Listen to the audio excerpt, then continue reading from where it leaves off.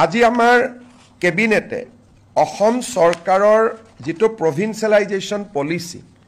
সেই পলিচিটোক সংশোধন কৰি আমি এখন আইন আনিম যি আইনৰ জৰিয়তে 2006 চনত প্ৰতিষ্ঠা কৰা ৰিকগনাইজ হক মাত্ৰ তেওঁলোকক পাৰমিশন হক এনওসি হক এফিলিয়েশন হক যিকোনো সৰকাৰি কমিউনিকেশন থাকিলে 2006 প্ৰতিষ্ঠা কৰা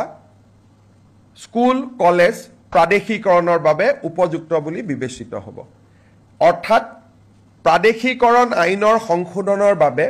অসমৰ শিক্ষক সমাজে যি দাবী কৰি আছিল তাক আজি আমাৰ কেবিনেটত গ্ৰহণ কৰা হয় আৰু ইয়াৰ সংশোধনী বিলখনো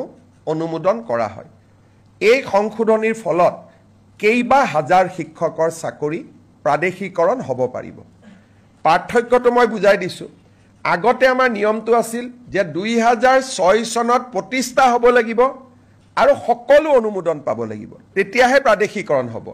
এতিয়া আমি কৈছো সকলো অনুমোদন নালাগে যিকোনো এখন কাগজ থাকিলে পাৰমিশনৰ কাগজ থাকক ৰিকগনাইজেশ্যনৰ কাগজ থাকক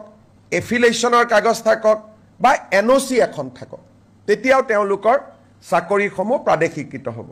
এই আইনৰ ফলত বহু কেইখন মহাবিদ্যালয় প্ৰাদেশিকৃত হ'ব সুবিধা পাব কিমানখন কলেজ হ'ব